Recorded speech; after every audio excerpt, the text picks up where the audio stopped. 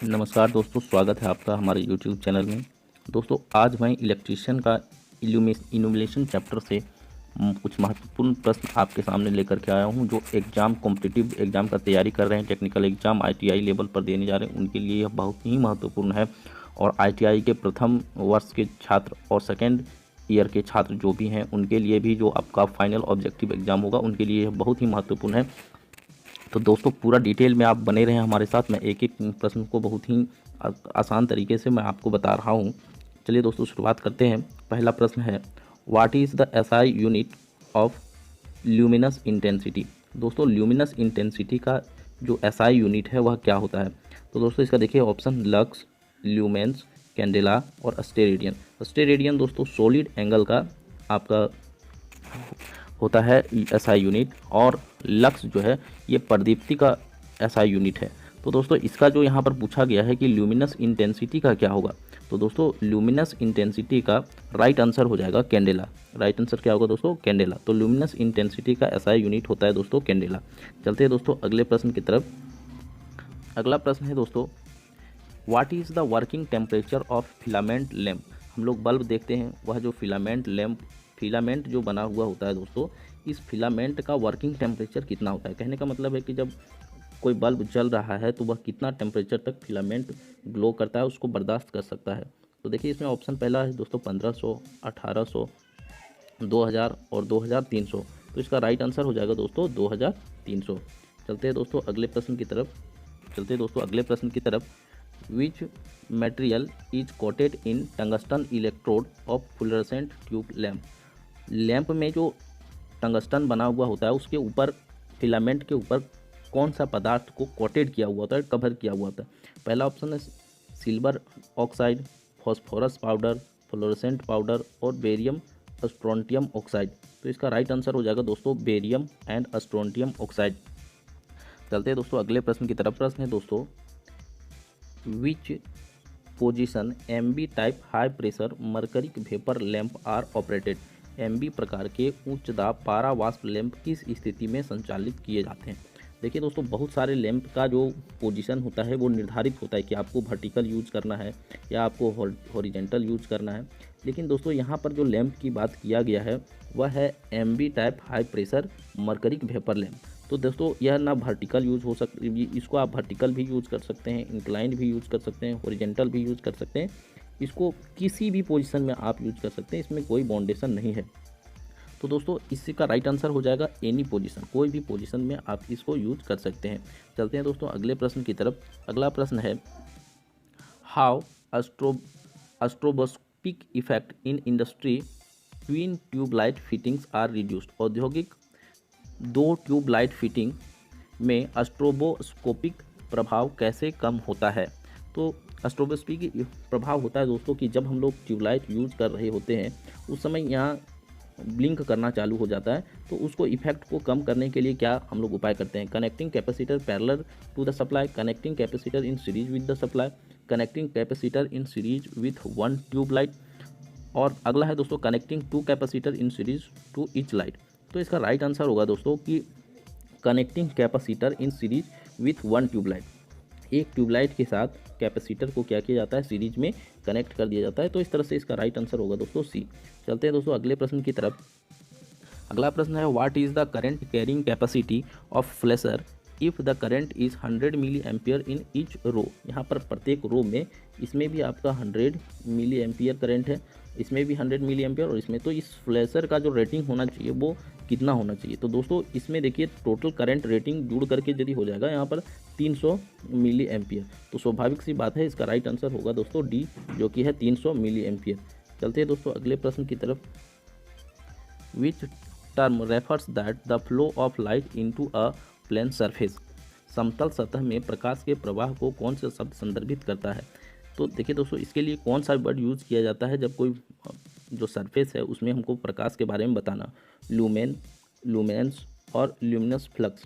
तो देखिए दोस्तों इसका जो राइट आंसर होगा ल्यूमिनस इंटेंसिटी। क्या राइट आंसर होगा दोस्तों? आप इसका जवाब दीजिए। इसका राइट आंसर होगा दोस्तों इल्यूमिनेंस। तो राइट आंसर इसका बी होगा। चलते हैं दोस्तों अगले प्रश्न की तरफ।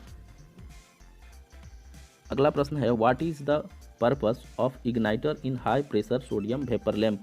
सोडियम वेपर लैम्प में जो इग्नाइटर लगाया हुआ रहता है उस इग्नाइटर का पर्पस क्या है? Decrease the starting current, increase the running voltage, decrease the running current, generate high voltage pulse eight starting. तो आप बता सकते हैं दोस्तों, इसका वीडियो को पॉज करके इसका आंसर देने का कोशिश करिए और कमेंट में भी बताइए। तो दोस्तों इसमें जो राइट आंसर हो जाएगा वो डी हो जाएगा। स्टार्टिंग में हाई करंट को, हाई वोल्टेज पल्स रेट को जनरेट करने के लिए इग्नाइटर का उपयोग किया जाता है high pressure sodium vapour lamp में। चलते दोस्तों अगले प्रश्न की तरफ। Which type of light fitting design has free from glairy. कौन सा तरीका अपना करके हम लोग ग्लेरी से बच सकते हैं? ग्लेरी होता है दोस्तों चकाचौंध। जैसे आप यदि बहुत अधिक कड़ी धूप में निकल जाते हैं तो आपको चकाचौंध देखने में दिक्कत आता है, बहुत तेज़ लाइट में आप नहीं देख सकते हैं। तो उस समय क्या हमको यूज करना चाहिए? Semi direct, semi indirect, direct lighting type या इनडायरेक्ट लाइटिंग टाइप। तो देखिए दोस्तों इसका जो राइट आंसर होगा वह हो जाएगा आपका बी, सेमी इनडायरेक्ट टाइप।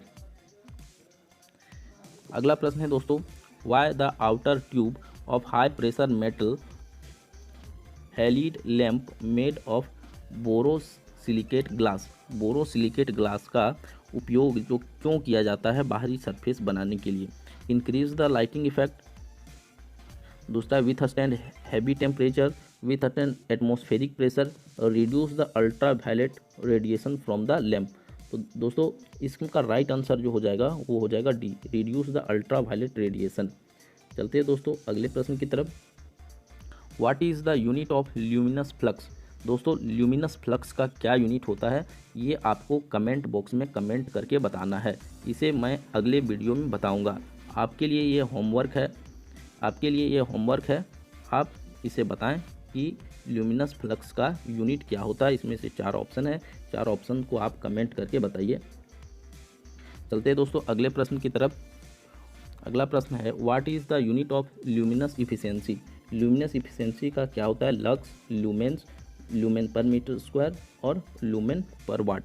तो इसका दोस्तों देखिए यहाँ पर पूछा जा रहा है ल्यूमिनस इफिशियंसी का, तो ल्यूमिनस इफिशियंसी का होता है दोस्तों लूमेन पर वाट। चलते हैं दोस्तों अगले प्रश्न की तरफ।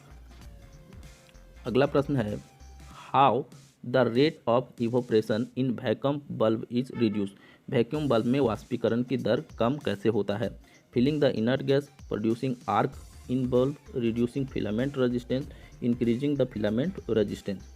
तो दोस्तों इसमें जो राइट आंसर आपका होगा कि इवोपरेशन मतलब जो फिलामेंट होता है वो इवोपरेट हो जाता है, जिससे वो फ्यूज हो जाता है।